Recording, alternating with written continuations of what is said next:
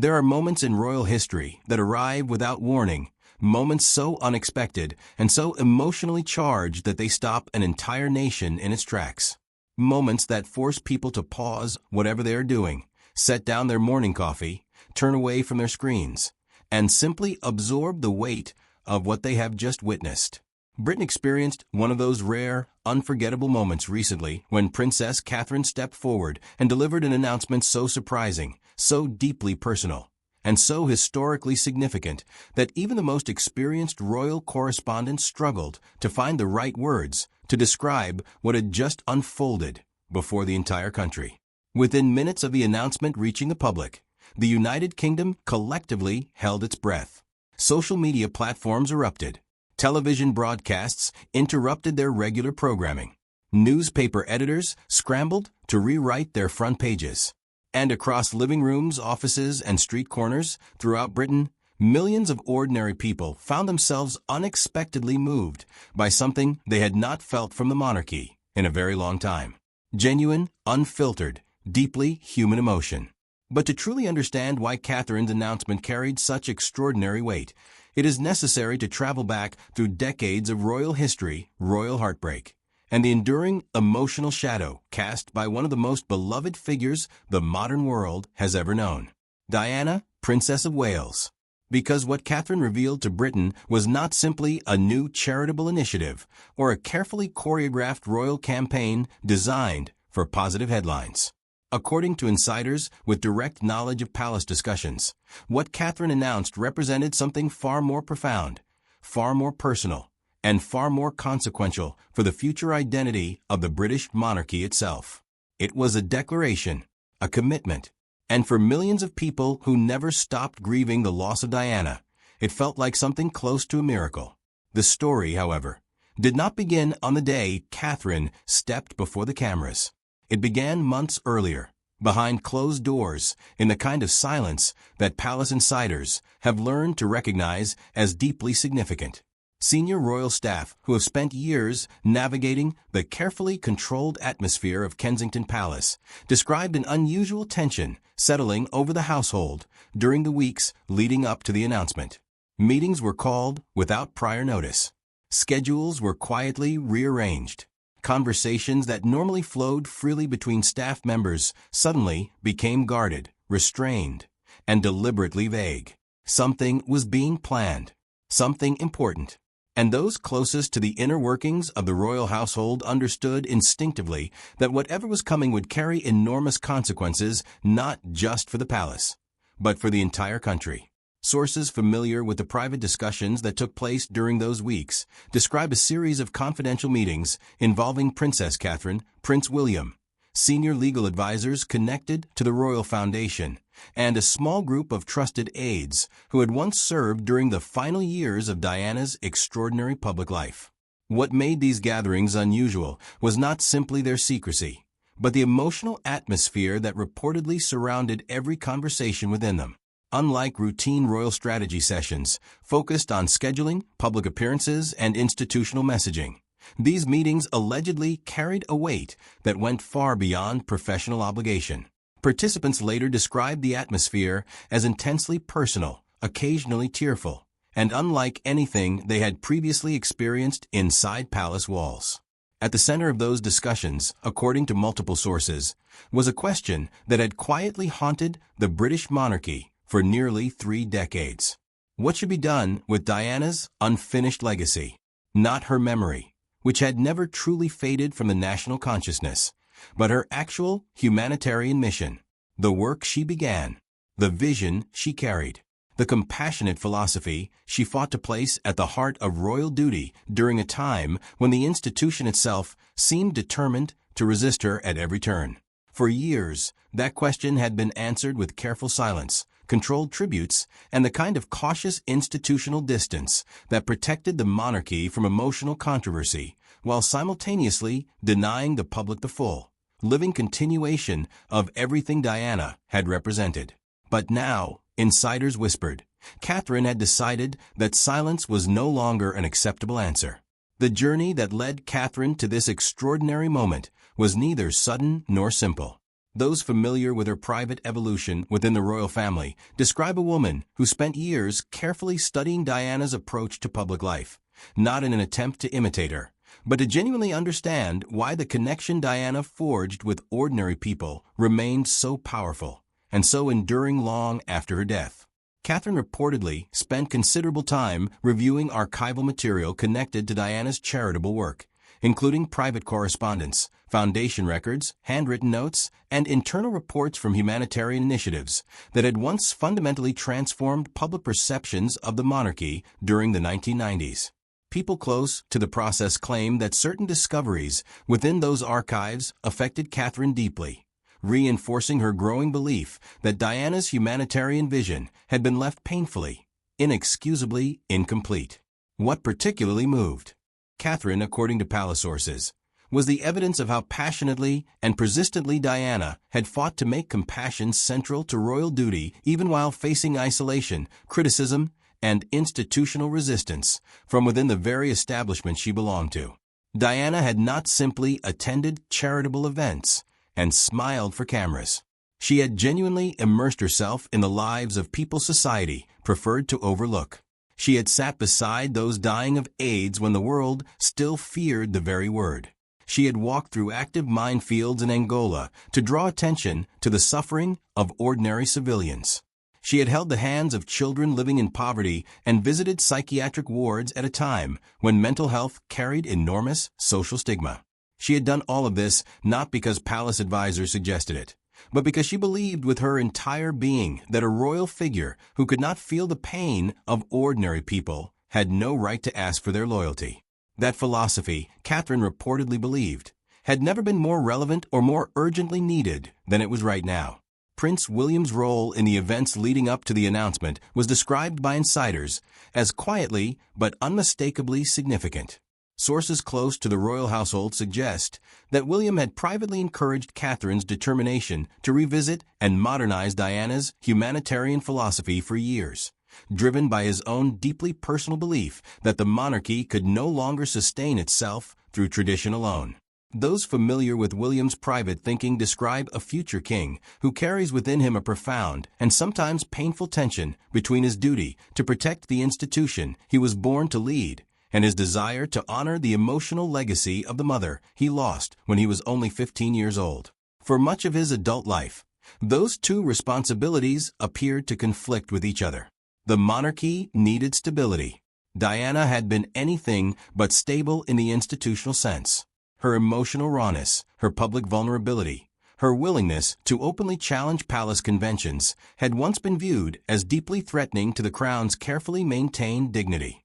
But William, insiders claim, has increasingly come to believe that the qualities which once made Diana seem dangerous to the institution are precisely the qualities the monarchy now desperately needs to survive.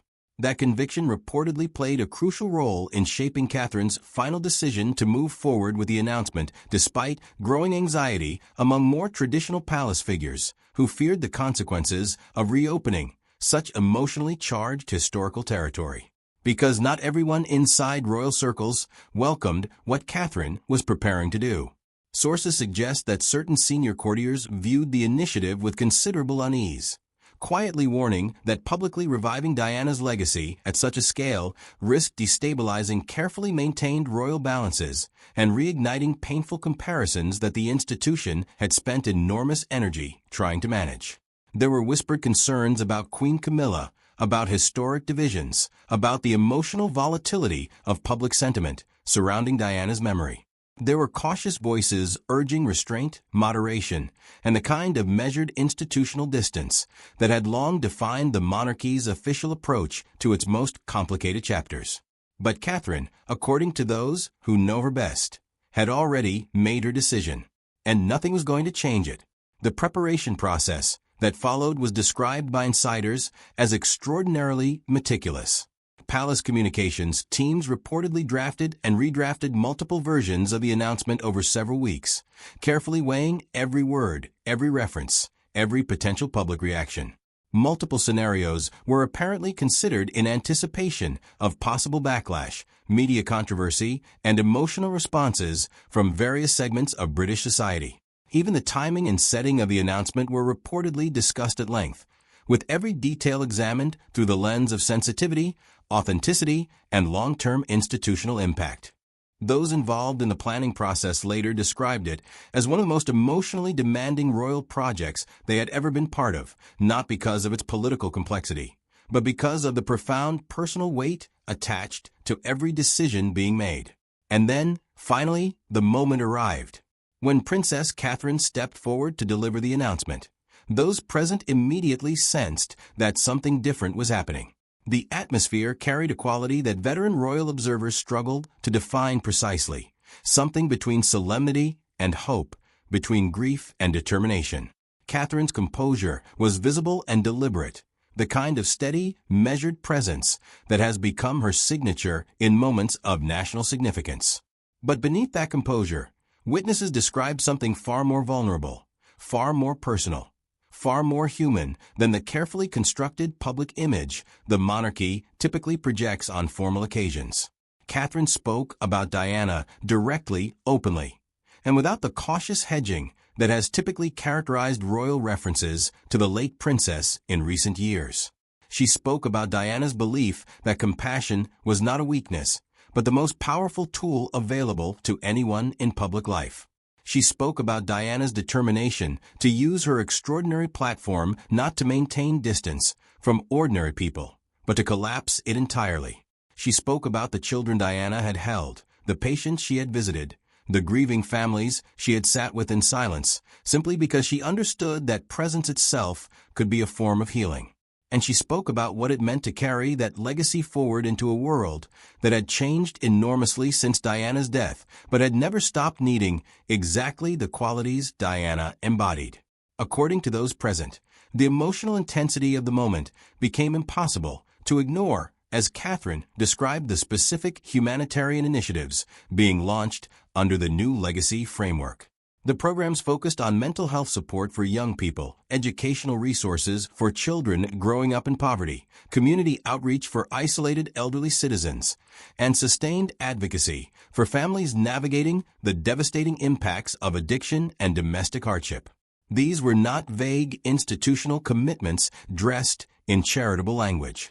They were specific, funded long-term programs designed with direct input from communities most affected by the issues they addressed. And they bore unmistakably and deliberately the philosophical fingerprints of Diana, Princess of Wales. Prince William stood beside Catherine throughout the announcement, and insiders later described his visible emotion during certain portions of the appearance as one of the most quietly powerful moments in recent royal history. Sources claim that as Catherine spoke about the obligation to support people who feel unseen, forgotten, and beyond the reach of institutional compassion, William's composure briefly but unmistakably faltered. Those watching closely described a man simultaneously carrying enormous pride in his wife's courage and an almost overwhelming personal grief for the mother whose mission was finally publicly being given the continuation it had always deserved. 4. William, insiders suggest, the announcement represented something that went far beyond royal strategy or public relations. It represented the fulfillment of a promise he had privately carried since the night he lost his mother on a Paris street in the summer of 1997. The public response exceeded every internal expectation the palace had prepared for. Within hours of the announcement, social media platforms were flooded with reactions from across the United Kingdom and beyond. Millions of people who remember Diana personally, who had stood in silent crowds outside palace gates in the days following her death, who had kept photographs of her on mantelpieces and in family albums for nearly 30 years, expressed overwhelming gratitude and deeply personal emotion in response to what Catherine had done. Younger generations who knew Diana only through documentaries, family stories, and cultural memory responded with equal intensity, describing the announcement as the first time the monarchy had felt genuinely real to them. Not ceremonial, not distant, not protected behind layers of institutional formality. Real. Crowds gathered near memorial sites associated with Diana in the hours following the announcement. Flowers were left. Handwritten notes were placed carefully alongside photographs. Candles were lit in quiet tribute. The scenes carried a quality that observers repeatedly described as both deeply nostalgic and strikingly hopeful, as though Britain had found a way to simultaneously honor its grief for Diana and celebrate the possibility of something new emerging from that grief. Royal correspondents, covering the public reaction, described an atmosphere unlike anything they had witnessed around a non-ceremonial royal initiative in living memory. Inside palace walls, the response to the public reaction was described as stunned. Even senior staff, who had been directly involved in planning the announcement, admitted they had not anticipated the sheer emotional scale of what unfolded across the country in the hours and days that followed. Some reportedly described feeling moved themselves by the depth of feeling expressed by ordinary people whose lives Diana had touched in ways that no amount of institutional distance had ever managed to diminish. Others began quietly acknowledging what they had perhaps always known but rarely allowed themselves to say openly. Diana's legacy was not a problem to be managed. It was an extraordinary strength waiting to be embraced. Royal analysts and commentators across British media were almost unanimous in their assessment of what Catherine had accomplished. Veteran observers who had spent decades chronicling the monarchy's careful, sometimes painful navigation of Diana's complicated legacy described the announcement as genuinely historic. Several argued that Catherine had achieved something palace strategists had quietly attempted and failed to accomplish for years, finding a way to honor Diana's memory that felt authentic rather than performative, personal rather than institutional, forward-looking rather than nostalgic. The consensus emerging from royal commentary was striking in its consistency. Something had fundamentally changed. The monarchy had crossed a threshold it could not uncross. And the woman who had led it across that threshold was Catherine. For Catherine herself, the announcement represented the culmination of a personal evolution that had been quietly unfolding for years. Those who know her best describe a woman who arrived in the royal family as a young, relatively private individual navigating an enormously complex and often unforgiving public role, and gradually, through years of careful observation, personal growth, and genuine emotional development, became someone capable of carrying one of the heaviest legacies in modern British history. Her connection to Diana was never simply about admiration for a public figure.